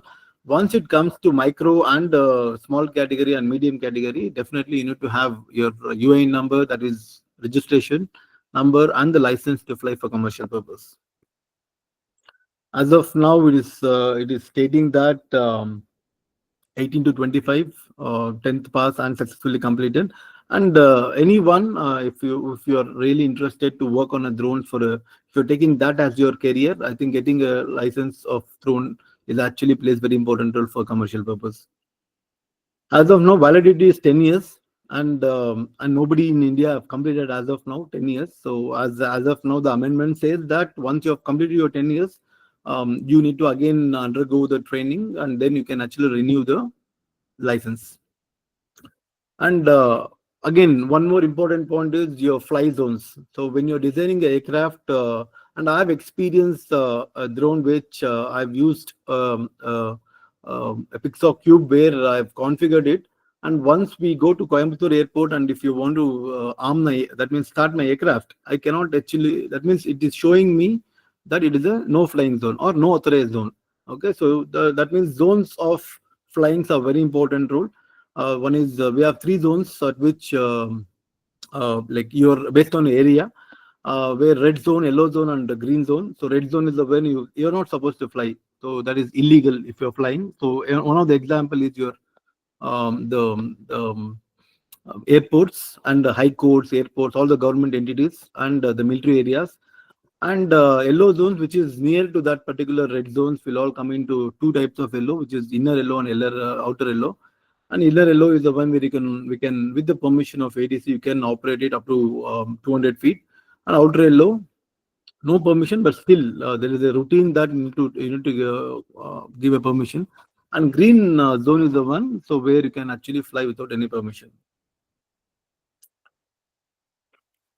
So your approvals place, that means once you have designed your drones for your applications, so kindly register your drone before you fly. So for any commercial purposes, and if you're going for only lab, no need to worry about that. But don't restrict yourself for just a lab equipment. You can go up to a commercial one.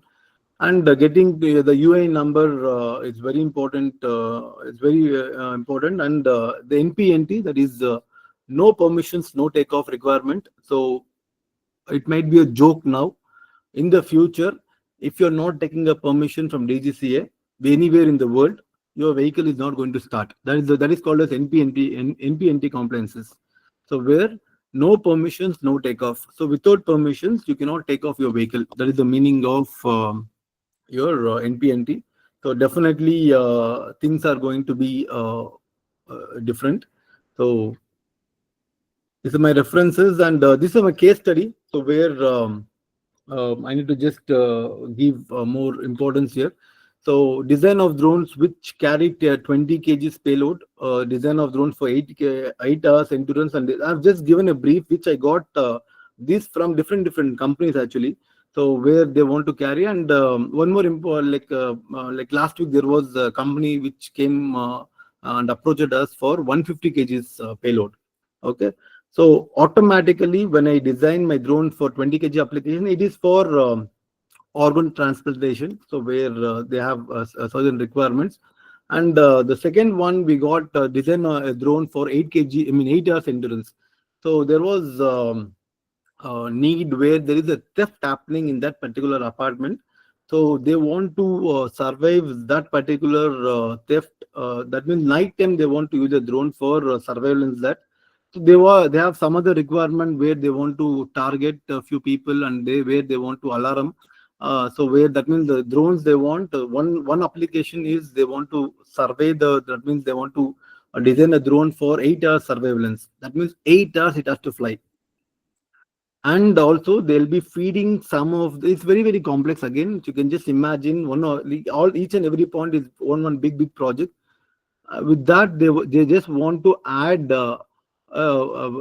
few more theft faces recognition to that. Again, AI there, and if anything, if it is there, they should be in a position to actually give an alarm to that. That means again, so if any target is there, and there should be alarm to be to the authorized people, whatever the number they are feeding into the flight control board, the alarm or a message should go to that particular thing, and it should keep on surveil again. So automatically I want to know what is my my power density and what type of drones. So a lot of things. Next one is design a drone for 25 kg 25 kilometers range. So I want to say, for example, I'm staying here 25 kilometers. Again, you cannot do that for a commercial purpose. And for your information, when you are designing a commercial applications, your vehicle should be in a line of sight. That means you should be in a position only to see. So with that only, as of now, the commercial guidelines is happening. When you're designing a aircraft, your drone, which is actually flying, it should be in your line of sight. For them only, they'll be getting a license as well as the TC. So, and always you should be flying in that. And this is one applications where you'll be flying without seeing. That means it should be 25 kilometers range. Your complete electronics will be into picture. And one of my experience is when we are flying near the electrical poles or electrical wires.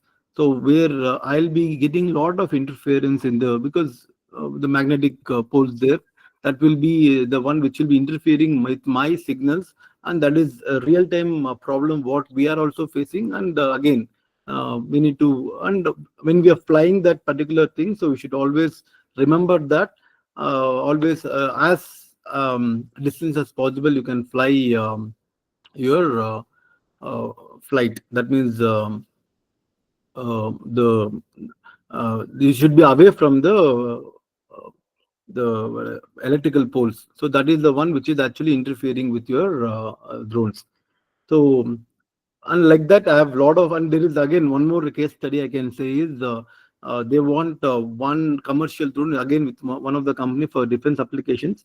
It has to work like a surveillance. It has to give all the information, and there are two controls they want: one self-blasting and the blast control.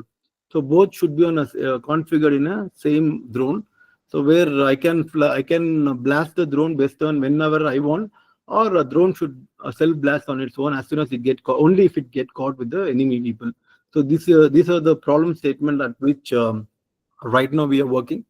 So anything related on this, I'll be very happy to be a part of that. And before ending, I'll just wanted to share one video. Just excuse me.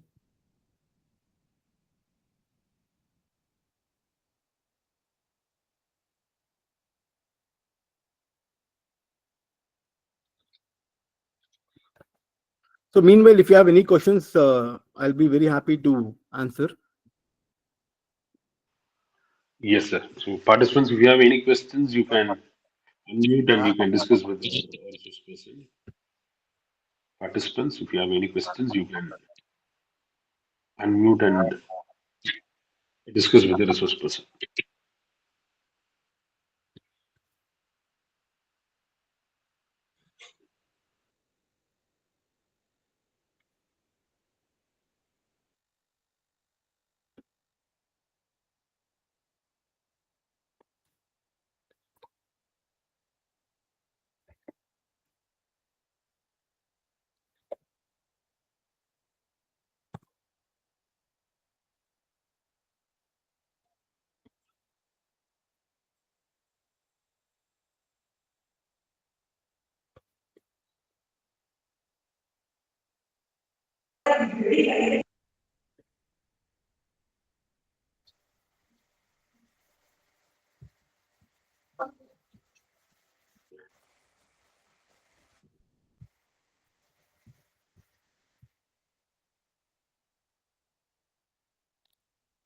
So which is swarm technology, which is one of the futuristic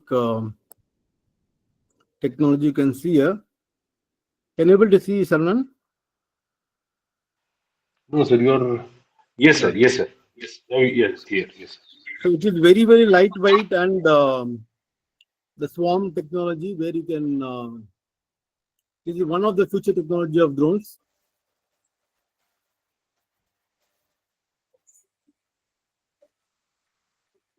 Lot of algorithms to understand the collision avoidance and flying inside the forest area.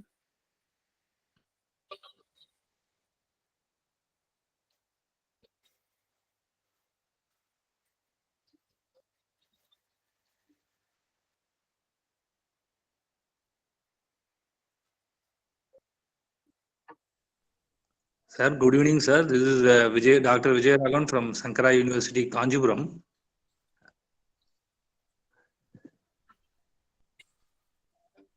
Sir, is audible, sir?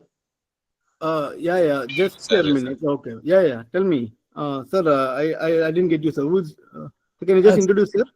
Sir, Dr. Vijay Ragan from Sankara University, Kanjipuram. Yes, sir. Actually, I myself EC person. Sir, and Yes, sir. how to calculate that mathematical model, sir? Mathematical model of?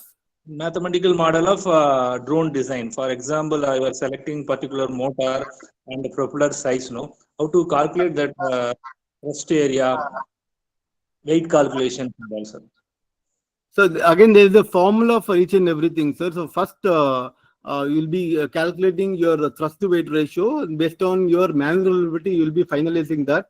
Then again, there is each and everything. There is a formula at which you'll be calculating, and you'll be configuring that with your matrix, and then you'll be doing a mathematical model. First, you'll be finalizing your objective and approximate overall weight and thrust to weight ratio. With that, each and everything, your power density, your battery, your endurance, each and everything will be calculated using some formulas that will be giving in a matrix form. Okay, sir. Okay, sir. Sir, and then the mathematical model for Cartesian coordinate system. So I'm not very 100% sure on mathematical model. I have not worked on that. Okay. So I'll come back to you if, because mathematical model I have not worked with any of my research. Okay, sir. Sir, So okay. like only one of few papers I've made was so based on my formulas I've just made as a matrix, and we have run few mathematical results. So in depth of mathematical I've not worked, sir. Okay, sir. Sir, in the, actually, when you are writing AI program, Writing AI by using Python to identify the patterns or any pattern recognition purpose, okay. you can use open source modeling like that. Your Open voice is source. not very clear. If I am going with the obstacle avoidance, is that so, sir? No, obstacle avoidance. I'm not asking obstacle avoidance, sir. So you Okay. can use open link, Maven you can use, sir, open source. So normally for configuration, we'll be using the machine planner, sir. Okay. Machine planner, there is a software at which we can actually calibrate our drones, and all the complete machines you can actually plan and we can make it fly. Okay, All sir. the, all the machines you can configure in an aircraft. Okay, sir. Thank you, sir. Thank you, sir. Thank you, sir. Very nice. Thank you, sir. Hello. Yes, sir. Hello, sir. This is Dr. Londe from Government College of Engineering, Chandrapur, Maharashtra State. Yes, sir. Yes, sir. Thanks for the very your informative and wonderful presentation, sir. I would like to ask one question. We are running, we are working in the engineering, colleges, and we used to offer the projects in the drone area. Okay. So student used to complete their projects by making the drones. Correct. So being an educational institute, is there a need to take license for the flying of the drone in that case? Sir, yes, sir. Yes, sir. If the drone is only when you're operating your drone inside your college for a non-commercial purpose. Say, for example, now your drone, I mean, your students have done drones and only they have just tested inside your aircraft, I mean, inside your campus. And for that, no need to worry about any of the government entities because you're flying inside the vicinity. The same drones, when you're flying, sir, for example, they come out with the camera drone. They want to fly during your college festival, for example, college fest. They want to take a snap. If any accident occurs, that will be a legal issue. So you're not supposed to fly inside your campus in a crowded area. Anything outside your aircraft, definitely you need to have all the amendments to be followed. You should register your drone. There should be a pilot license, and all the things should be done. So anything which is inside for a research purpose, no need to worry about anything, sir. Don't take the aircraft outside the campus is one, and don't fly the aircraft in a crowded area. So above the crowded people.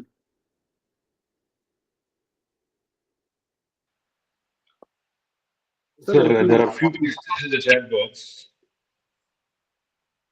So I'll read, Saranan, no problem. So there is one question: how do autonomous drones handle dynamic changes such as the sudden? Sir, as of now, I have worked with Pixar Cube, so where weather condition again, if there is a heavy wind, so you have to immediately cancel your obstacle. That means the autonomous mode, you have to bring back your aircraft because you're not supposed to fly, or the drone should not fly with a very, very windy condition.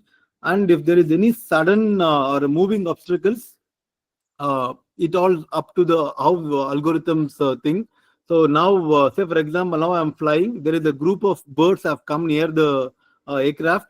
If it is autonomous, if it is a moving obstacle for a very, very sudden movement, your drone cannot able to immediately recognize that obstacle. It will start going in that particular way, unless and until you come out with any obstacle. Like I'll explain in two cases. One with a the very high response algorithms, it again depends on the algorithm. Any obstacle, you can actually give the variation about to change the direction, whichever the directions you want. Immediately, normally what I give is immediately to just rise up when you're flying outside, or if you're not giving anything in a normal circumstance, your vehicle will start just going towards that. If it is a sudden movable obstacles, if it is obstacle which is actually there, say for example, when I'm flying, there is a building or a tree which is there, your vehicle will stop. It will not it will not carry your vehicle forward. It will stop unless and until it wait for the further instructions. That is how the actually autonomous missions where we are working for. So presentation about X quad and plus quad configurations. There are like high quad and H quad. Why are we using such type of drone configuration, sir? Sir, it completely depends on the frame at which we are working. So again, we have I quad. I'm not very sure about I quad. So H, X, and plus we have worked with. So it's based on the payloads at which we want to fit in. The designer can actually finalize which type of cord we want. It can be X, H, or the plus type of thing. So it completely depends on. Say for example, I'm going with a payload where I want to spray a lot of pesticides. So then my configuration will be different. I'm just wanted to go. I mean, I want to design a drone where I'll be picking something and I'll be coming and delivering something in somewhere. Automatically, I need to have a spacing in a different way. So it's completely how configuration decide depend on applications. Shall we need license behind 400 meters, sir?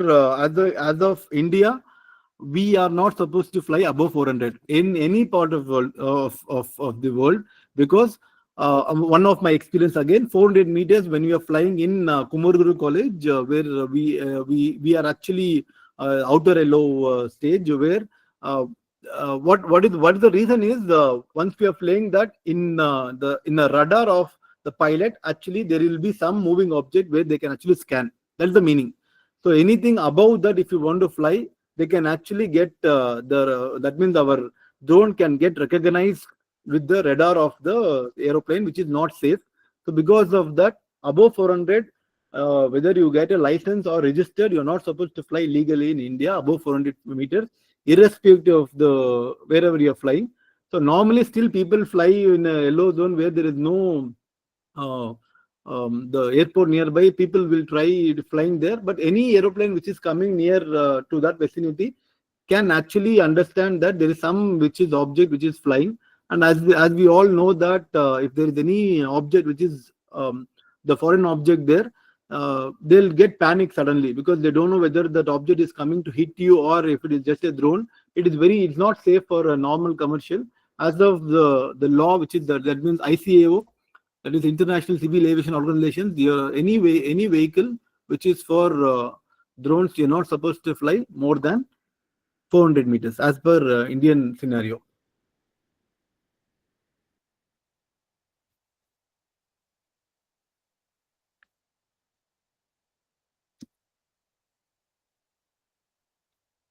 So Dr. Suresh, there is no you clearly explained. Sir, I think questions are than is there any more questions, sir? The last one Someone, more did question. I miss any questions? There So there are is two one more question. at the end. Any?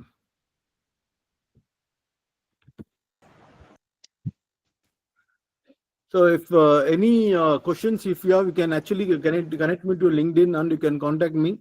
Sir, one small doubt, sir. Sir, Yes, one sir, small case study.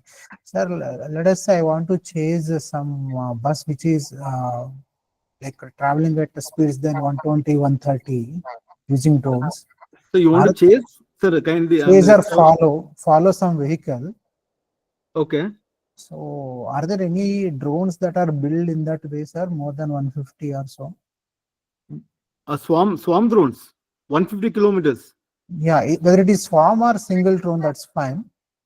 Sir, for commercial purpose, no, but for military purpose, yes, we can. That means they'll be using a jet engine there. So again, I think one of the just want to clear everyone that. So what we are using is a battery drone. So what the defense, what they'll be using, they'll be unmanned vehicle. They'll be using for bombing purpose. So they are using the jet engines where they can use more than 150 kilometers per hour. So commercial drones, 100% no. For military purpose, yes, there are people who will be using that. Sir, where I can get information regarding this high capable or high performance drones? What are you mentioned about military drones? Sir, if you get connected to some of the IAF weaponized department, you can get all the weapons, what they're using, all the drones, because they'll be using drones like a weapon as well as for delivering few things. So all anything related to army things, if you can able to get the information, they'll understand what are the latest equipments they're using, sir. Any IAF people, if you have connect, can get some information with that. I need for communication purpose only, sir. It is not for So artillery. you want to use it for commercial, I mean, maybe communication 150 kilometers. Yeah, some other vehicle. If Okay. yeah, that's right. Okay, sir. Thank you. Okay, sir.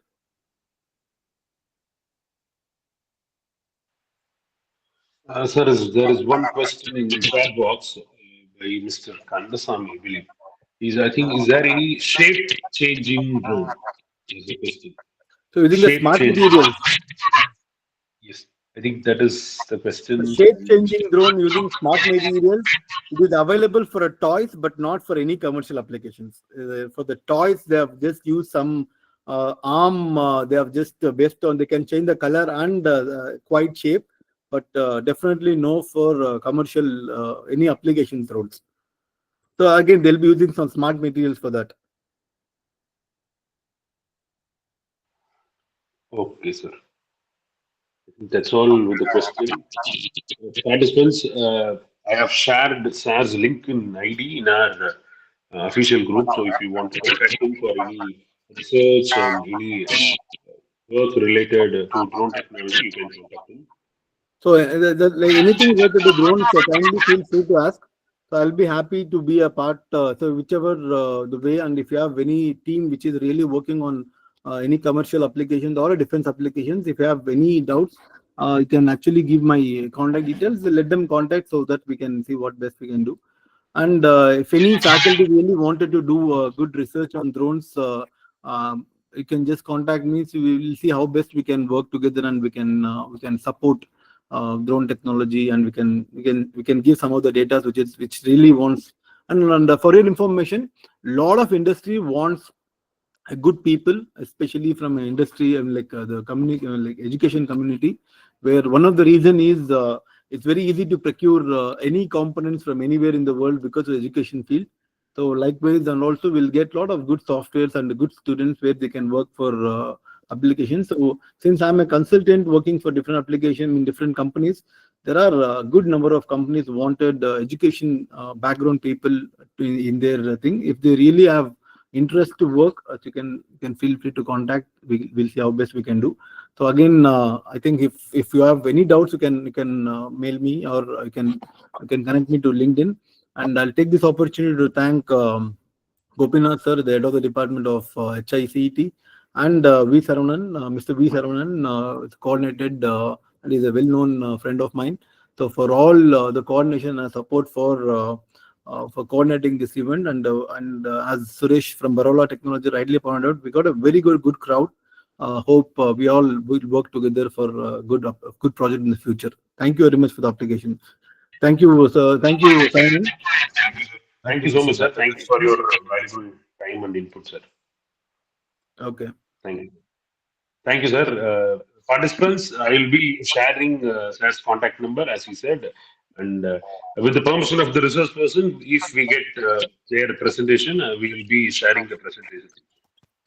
Okay, I request, definitely I'll share the presentation. Yes, And I'll because of the online, I've not shared the video. I have a lot of videos as well. I'll share the videos later. I mean, the links with the links, I'll be sharing the videos. Thank you. Sure, sir. Thank you. Thank you so much, Thank sir. you. Thank you. Thank you. Thank you. Participants, I request all to turn on your camera for a while so that we can take a photograph which will be useful for documentation purpose. I'll leave, Sarvan. Yes, sir. Yes, sir. Thank you, sir. Thank you so much, sir. Thank you. Thank you. Participants, kindly you can turn on your camera so that we can take a photograph for documentation. I request all the participants to turn on your camera.